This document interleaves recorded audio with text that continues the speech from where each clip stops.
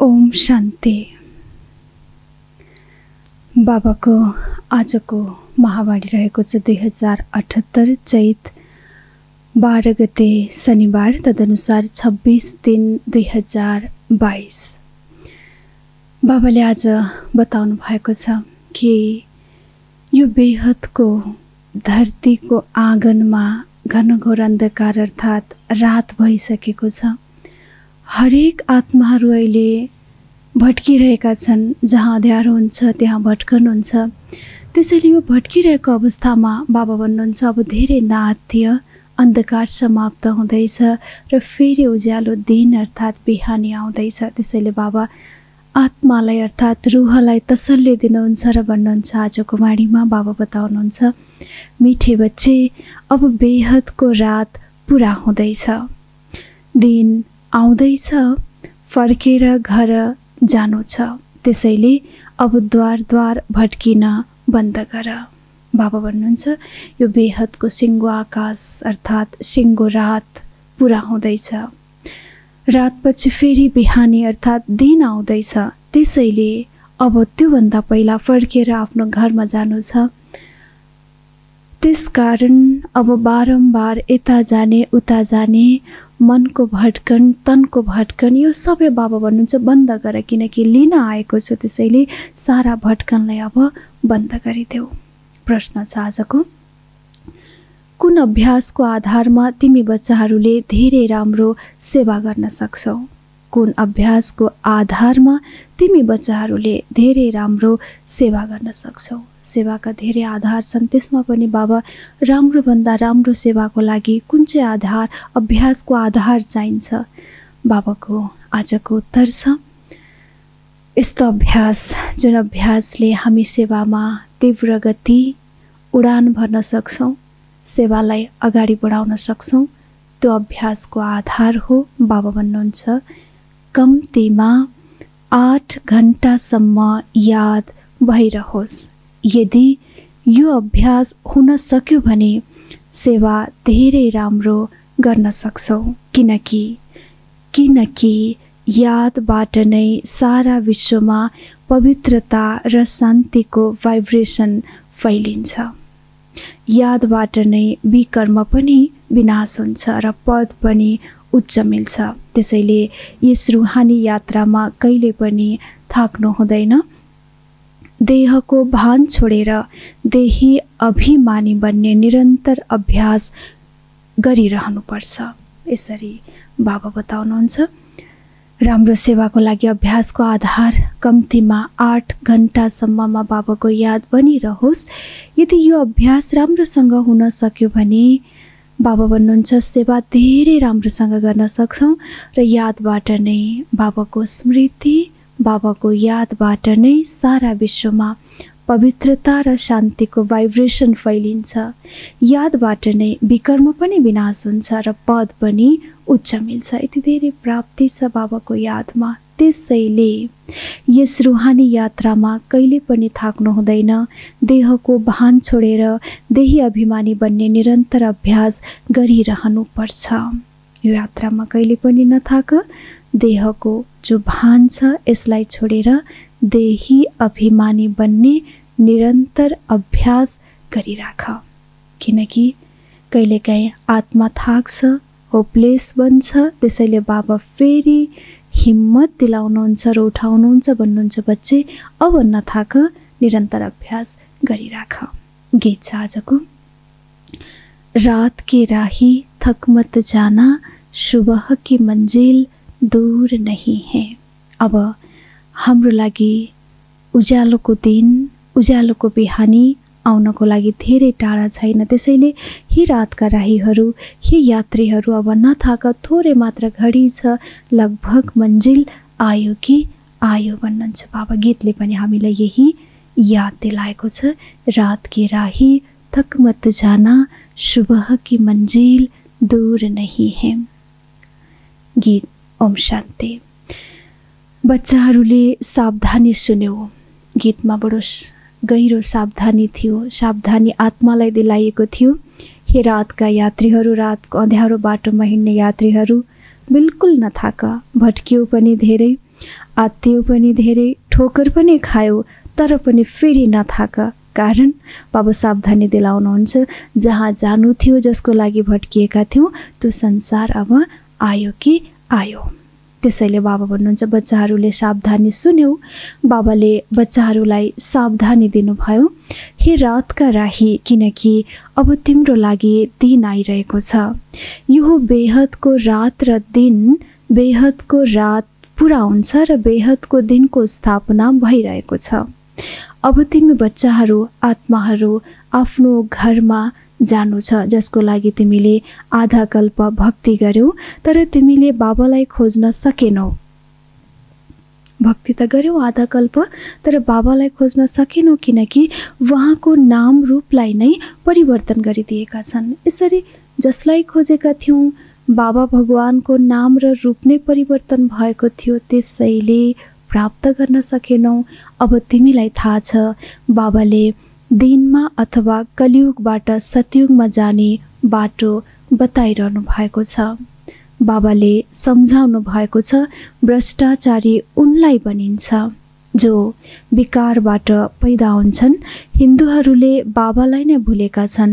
गीताका भगवान निराकार हुनुहुन्छ, उहाँको सट्टा साकार कृष्णको नाम राखिदिएका छन्। यो हो सबैभन्दा ठुलो भूल, जसले गर्दा आधा कल्प दुःख भोग्नु परेको छ। यही भूल निमित्त बनेको छ दुःख भोगाउनको लागि। यो पनि ड्रामामा निश्चित छ।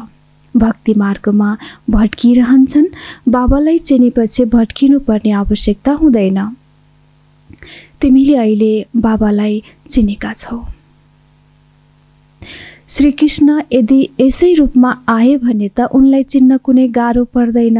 यसरी भन्नुहुन्छ बाबा, यदि श्री कृष्ण यही रूपमा अथवा कुनै रूपमा आए भने चिन्न गाह्रो पर्दैन, तुरुन्तै सबैले चिन्छन्। तर बाबा त यति गुप्त हुनुहुन्छ, जसलाई तिमी बच्चाहरूले पनि भुल्दछौ।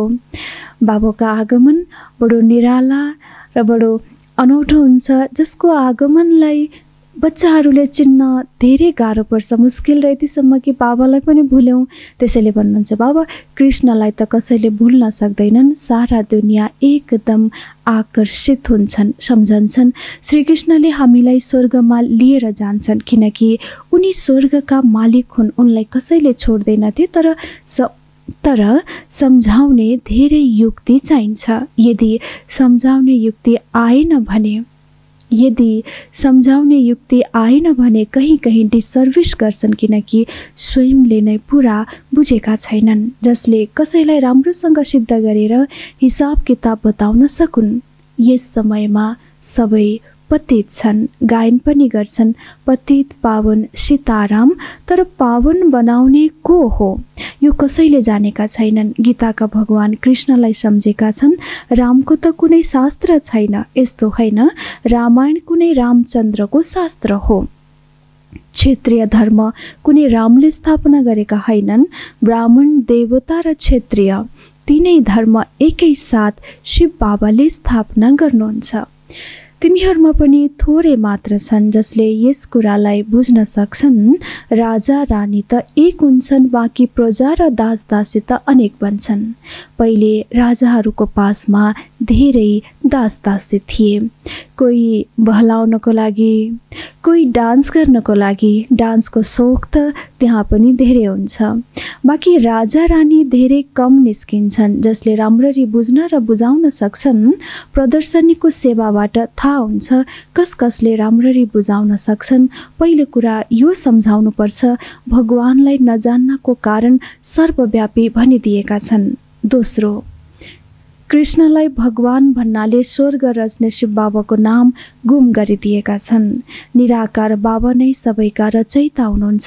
उहाँ एकलाई नै याद गर्नु छ, उहाँले नै राजयोग सिकाउनुहुन्छ। तर गीतामा जुन कृष्ण भगवानुवाच लेखिदिएका छन्, यसै कारण नै हातमा गीता लिएर झुटो कसम खान्छन्। अब बताऊ, के श्री कृष्ण हाजिर नाजिर छन्?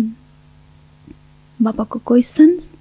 यसरी गीतालाई हातमा लिएर झुटो कसम खान्छन् र भन्छन् कि भगवान अथवा कृष्ण हाजिर नाजिर हुनुहुन्छ छन् भनेर बाबाले त हामीलाई ज्ञान दिनुभयो, समझ दिनुभयो। अब बाबा सोध्नुहुन्छ, अब भन कि श्रीकृष्ण साँच्चैकै हाजिर नाजिर छन् त, वा निराकार परमात्मा हाजिर नाजिर हुनुहुन्छ?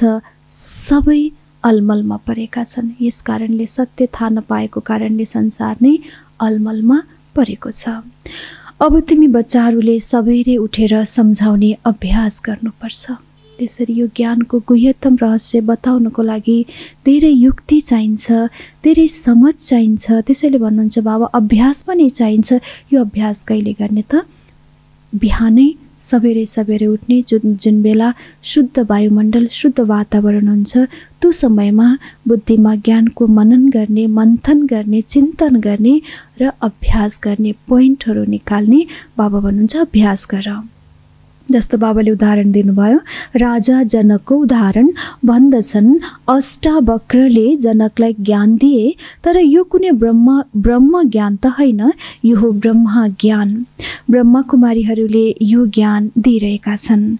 ब्रह्मकुमारी, बाबा भन्नुहुन्छ ब्रह्मकुमारी होइन, उनीहरूले त ब्रह्मलाई ईश्वर सम्झन्छन्। ब्रह्म अर्थात् तत्त्व, बाबा बस्ने घर अर्थात् परमात्मा रहने स्थान, जसलाई चाहिँ भनिन्छ ब्रह्म तत्त्व। उनीहरूले सम्झिन्छन् यही तत्त्व नै ईश्वर हो, तर होइन, ईश्वर त बाबा हुनुहुन्छ। बाबाको नाम नै हो शिव। ब्रह्म त तत्त्व हो। यो सबै कुरा मोटो बुद्धिले बुझ्न सक्दैन। दास दासी पनि नम्बरवार बन्छन्, बुझ्नुपर्छ। यदि हामीले कसैलाई राम्ररी सम्झाउन सक्दैनौँ भने हाम्रो पाठ पछि छ। बाबा समझ दिलाउनुहुन्छ, यदि सक्दैनौँ सम्झाउन राम्रोसँग भने पाठ पनि आत्माको पछि। त्यसैले फेरि पुरुषार्थ गर्नुपर्छ। सारा दुनियाँमा जसले जे सिकाउँछन् उनीहरूले देह अभिमान बस सिकाउँछन्। देही अभिमानी तिमी ब्राह्मणहरू बाहेक कोही पनि छैनन्। तिमीहरूमा पनि नम्बरवार छन् जो आत्मा अभिमानी बन्छन्। मैले आत्माहरूलाई सुनाउँछु। आत्माले यी अङ्गद्वारा बोल्छ। आत्माले भन्छ मैले सुन्न सक्दिनँ, मेरा अङ्ग खराब छन्, त्यसैले देही अभिमानी बन्न मेहनत छ। सत्य युगमा देही अभिमानी रहन्छन्, बाँकी परमात्माको ज्ञान हुँदैन। बाबा भन्नुहुन्छ मेरो स्मरण त्यहाँ कसैले गर्दैनन्। बाबा भन्नुहुन्छ पर सत्ययुगीय दुनियाँ, नयाँ दुनियाँमा परमात्माको ज्ञान हुँदैन, त्यसैले बाबाको याद र स्मृति पनि कसैले गर्दैनन्। त्यहाँ आवश्यकता नै हुँदैन। स्मरण अथवा याद एउटै कुरा हो। चाहे याद भनौँ चाहे स्मरण भनौँ, बाबा भन्नुहुन्छ कुरा त एउटै हो। उनीहरूले माला हातमा लिन्छन्, मुखबाट राम राम भन्छन्। यहाँ त राम अक्षर भन्नु पनि गलत हुन्छ। भिक्षुहरूले, साधु साध्वीहरूले जुन देखाइन्छ हातमा माला लिएर सिमरण गरेको जुन अवस्थालाई भनिन्छ सिमरण, जो बार बार बार बुद्धिलाई याद दिलाइन्छ र बुद्धिलाई यादमा व्यस्त राख्ने कोसिस गरिन्छ, यो स्थितिलाई सिमरण। त बाबा भन्नुहुन्छ यो सिमरण र याद गर्नु एउटै कुरा हो, फरक छैन। तर उनीहरूले मुखबाट राम राम भन्छन्। अब यहाँ त हामीलाई राम अक्षर भन्नु त गलत हो, राइट अक्षर हो शिव बाबा। तर फेरि भन्नुहुन्छ बाबा शिव शिव पनि त भन्नु छैन, पितालाई याद गर्नको लागि नाम कहाँ लिइन्छ र? त्यसैले बाबालाई याद गर्नु यो हो यात्रा। जिस्मानी यात्रामा गए भने याद राख्छन्। हामी अमरनाथमा जान्छौँ, त्यो नाम त लिनुपर्छ नि।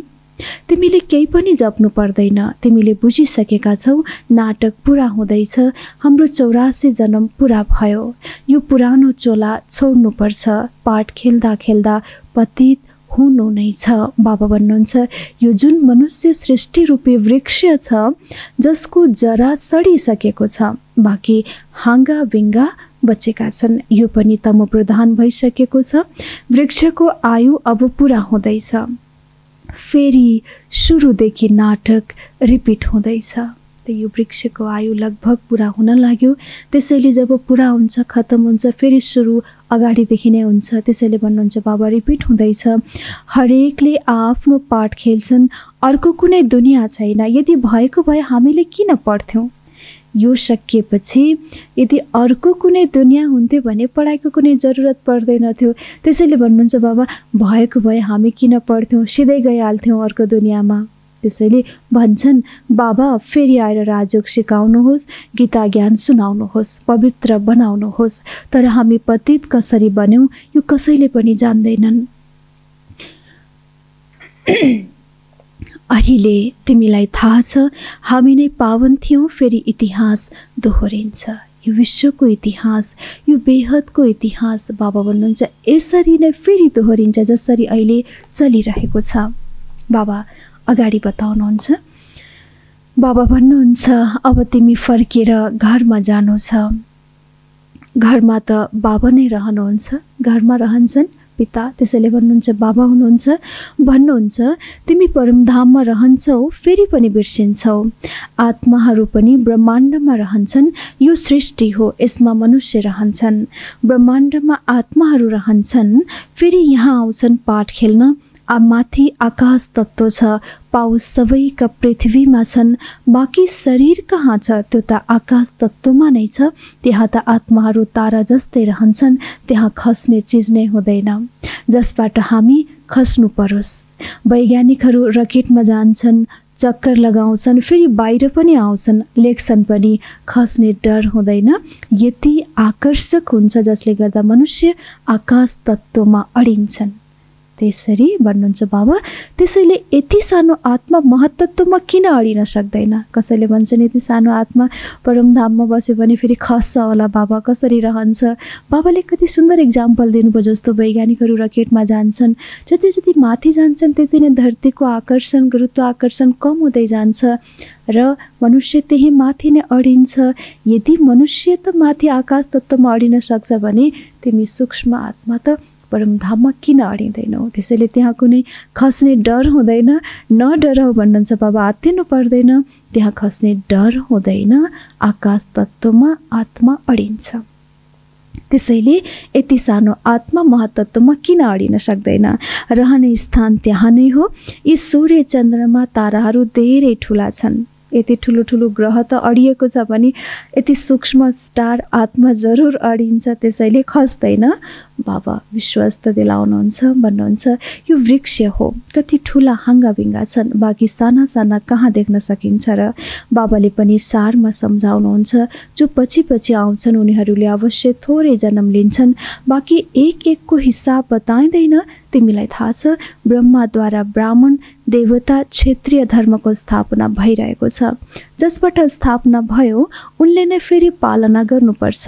ब्रह्मा विष्णु शङ्कर तीनै देवता अलग अलग हुन्, बाँकी यस्तो होइन ब्रह्माका 3 मुख छन्, यस्तो हुन सक्दैन। बाबा भन्नुहुन्छ प्यारा बच्चाहरू तिमीहरू बिल्कुलै बेसमझ बनेका छौ।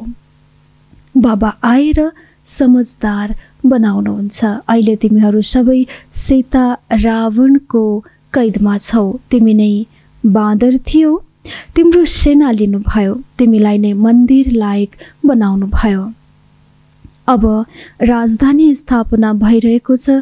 जति जो श्रीमतमा चल्छन् त्यति नै उच्च पद पाउँछन्। तिमीलाई थाहा छ हाम्रा मम्मा बाबा नम्बर 1 मा जान्छन्। स्थूल वतनमा तिम्रो सामुन्ने बसेका छन्, सूक्ष्म वतनमा पनि देख्छौ बस्नु भएको छ, अनि वैकुण्ठमा पनि देख्छौ।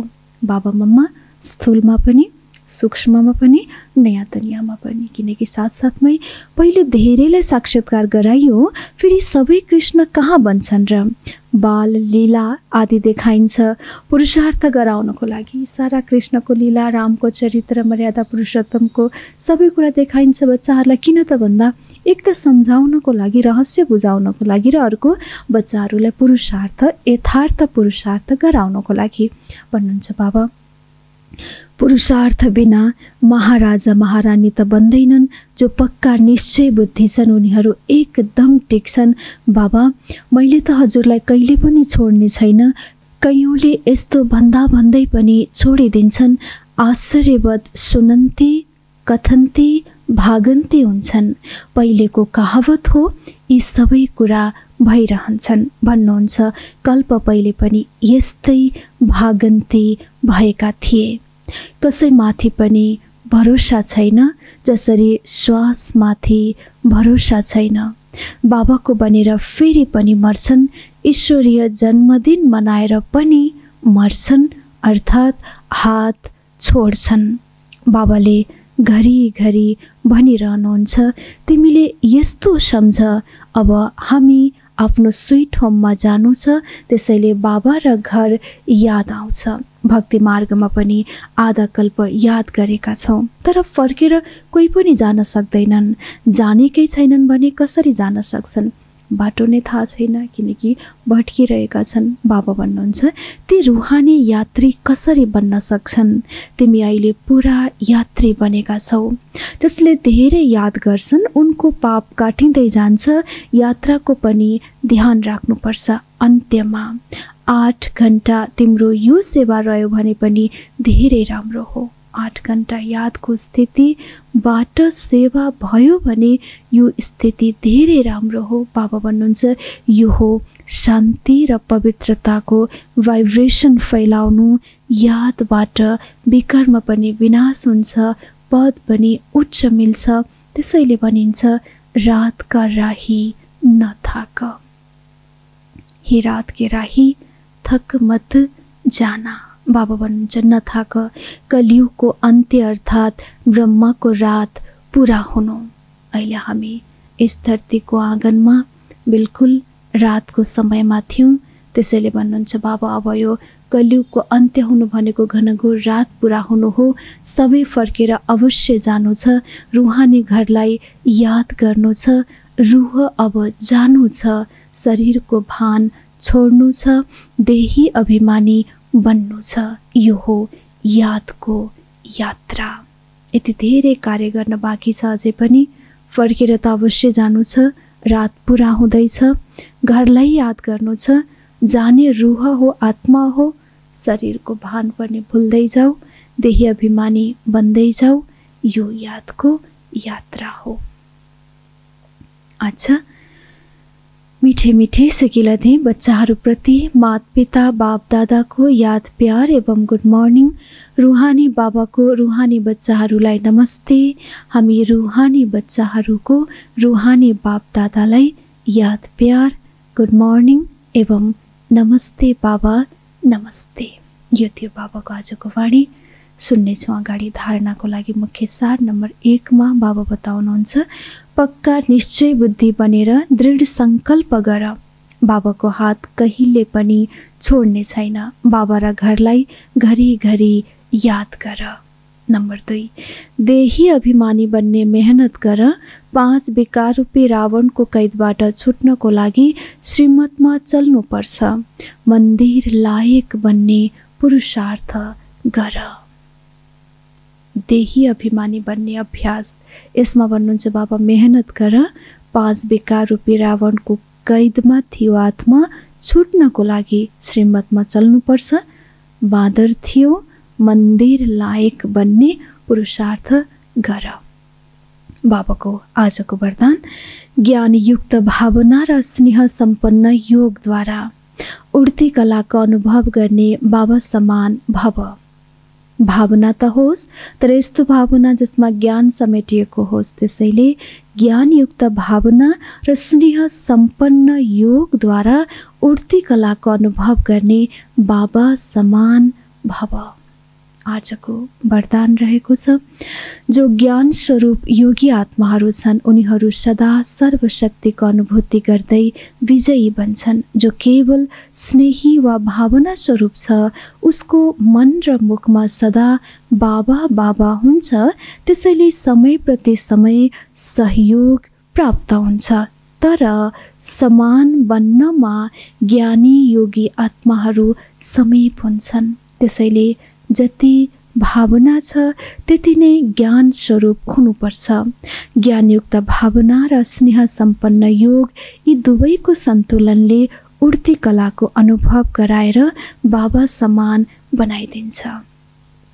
बाबा बताउनुहुन्छ, योग उड्ती कलाको अनुभव गर्ने बाबा समान भव। आजको वरदान बाबाबाट मिलेको छ। यसको लागि भन्नुहुन्छ जो ज्ञान स्वरूप र योगी आत्माहरू छन् उनीहरू सदा सर्वशक्तिको अनुभूति गर्दै विजयी बन्दै जान्छन्। जो केवल मात्र स्नेही र भावना स्वरूप छन् भने जसमा ज्ञानको अभाव छ तर स्नेही र भावना स्वरूप छन् भने उनीहरूको मन र मुखमा सदा बाबा बाबा हुन्छ। यही बाबा बाबाले गर्दा समय प्रति समय सहयोग त प्राप्त हुन्छ, तर बाबा भन्नुहुन्छ समान बन्नमा ज्ञानी योगी आत्माहरू नै समीप हुन्छन्। बाबा समान बन्नमा ज्ञानी योगी आत्मा नै समीप हुन्छन्। त्यसैले जति भावना छ त्यति नै ज्ञान स्वरूप पनि हुनुपर्छ। ज्ञानयुक्त भावना र स्नेह सम्पन्न योग यो दुवैको सन्तुलनले नै आत्मालाई उठ्ती कलाको अनुभव गराएर बाबा समान बनाउँछ। यो थियो बाबाबाट मिलेको आजको वरदान रहस्य। थाहा पायौँ बाबा समान कसरी बन्न सकिन्छ। केवल स्नेह र भावनाबाट मन र मुखमा बाबा बाबा त हुन्छ, तर समीप बच्चाहरू उनी बन्छन् जो ज्ञानी र योगी पनि छन्, अर्थात् ज्ञानयुक्त भावना र स्नेह सम्पन्न योग। योगमा के हुनुपर्छ? स्नेहले भरिएको याद। आजको स्लोगन सदा स्नेही वा सहयोगी बन्नको लागि सरलता र सहनशीलताको गुण धारण गर। सदा स्नेही वा सहयोगी बन्नको लागि सरलता र सहनशीलताको गुणलाई धारण गर। यो थियो बाबाको आजको साकार महावाणी। हामीले सुन्यौं। अगाडि छ मातेश्वरीजीको अनमोल महावाक्य। हामी सुन्नेछौँ बाबाको पिताश्री ब्रह्मा बाबाको वाणी त हामीले सुन्यौं, साथै जगदम्बे मातेश्वरीजीको पनि महावाणी। ओम शिवहम हम सो सोहम यी शब्दहरूको यथार्थ अर्थ। ओम शान्ति। जुन यी शब्द उच्चारण गरिन्छ हम सो सोहम शिवहम अहम आत्मा सो परमात्मा। अब यी महावाक्य कसले उच्चारण गर्छ र यी शब्दहरूको अर्थ के हो? जब ओम शब्द भन्छन् भने ओमको अर्थ हो म आत्मा शान्त स्वरूप हुँ। यो निश्चय भएपछि फेरि म आत्मा सो परमात्मा हुँ यो शब्द भन्न सकिँदैन। फेरि त यस्तै सम्झन्छन् म आत्मा परमात्माको सन्तान हो, त्यसैले यो ओम शब्द भन्नु आत्माहरूको अधिकार हो। फेरि जब हम सो सोहम शब्द भन्छन् भने त्यस शब्दको अर्थ हो हम सो पूज्य सो अब पुजारी बन्यौँ। हम सो पूज्य अब यो शब्द पनि आत्माले नै भन्न सक्छ। यो जुन मनुष्यले भन्छन् अहम आत्मा सो परमात्मा, तर यो शब्द केवल परमात्माले नै भन्न सक्नुहुन्छ, किनकि उहाँले मात्र यी शब्दको अर्थ पनि तब बुझिन्छ जब परमात्मा आएर यो ज्ञान दिनुहुन्छ। बाँकी अरू धर्मका क्रिस्चियन्स आदिलाई यो थाहा छैन। हम सो पोप बन्नेछु, उनीहरूलाई यो ज्ञान छैन। अहिले तिमीलाई यो ज्ञान मिलेको छ हम सो देवता बन्नेछौँ। हाम्रो सामुन्ने देवताहरूका यादगार चित्र छन् अनि साथसाथै उनीहरूको जीवन चरित्र इतिहास गीता भागवत सामुन्ने छ, किनकि हामी आदिदेखि अन्त्यसम्म सारा कल्पको चक्रमा छौँ र ती धर्मपिताहरू जब आउँछन् उनीहरू कल्पको बीचमा आउँछन्। त्यसैले उनीहरूले हम सो शब्द भन्न सक्दैनन्। ओम शब्द भन्न सक्छन्।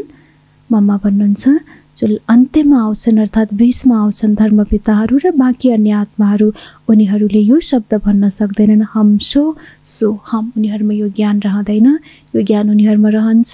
उनीहरू जो सृष्टिको सुरुमा आउँछन् ती हुन् हामी दैवी आत्मा। मम्मा बताउनुहुन्छ उनीहरूले नै अर्थात् हामीहरूले नै हम सो शब्द भन्न सक्छौँ। उनीहरूले मात्र भन्छन् ओम शब्द। अच्छा, ओम शान्ति। हामीले सुन्यौँ मातेश्वरीजीको महावाणी पनि। एकपटक मुरलीको रिवाइज सुनौँ। आज बाबा भन्नुहुन्छ मिठे बच्चे अब बेहदको रात पुरा हुँदैछ, दिन आउँदैछ, फर्केर घर जानु छ, त्यसैले अब द्वार द्वार भट्किन बन्द गर। प्रश्न थियो आजको, कुन अभ्यासको आधारमा तिमी बच्चाहरूले धेरै राम्रो सेवा गर्न सक्छौ? उत्तरमा भन्नुहुन्छ, बाबा कम्तीमा 8 घण्टासम्म याद भइरहोस्। यदि यो अभ्यास हुन सक्यो भने सेवा धेरै राम्रो गर्न सक्छौ, किनकि यादबाट नै सारा विश्वमा पवित्रता र शान्तिको भाइब्रेसन फैलिन्छ। यादबाट नै विकर्म पनि विनाश हुन्छ र पद पनि उच्च मिल्छ। त्यसैले यस रूहानी यात्रामा कहिले पनि थाक्नु हुँदैन। देहको भान छोडेर देही अभिमानी बन्ने निरन्तर अभ्यास गरिरहनु पर्छ। हामी यात्री हौँ, अन्धकारमा भट्किएका थियौँ। बाबा भन्नुहुन्छ र बार बार अब द्वारमा कहिले कुन द्वारमा गएर यसरी भट्किएका थियौँ। फेरि पनि न त ठेगाना मिलेको थियो न त परमात्मा प्राप्ति नै। त्यसैले थाकेका थियौँ। बाबा आएर भन्नुहुन्छ अब कहिले पनि नथाक, हिम्मत दिलाउनुहुन्छ। हामीले खोजेको र चाहेको बिहानी आयो। देहको भान छोडेर देह अभिमानी बन्ने निरन्तर अभ्यास गरिरहनु पर्छ। के छ आजको? रात के राही थक मत जाना, सुबह की मंजिल दूर नहीं है। ओम शांति।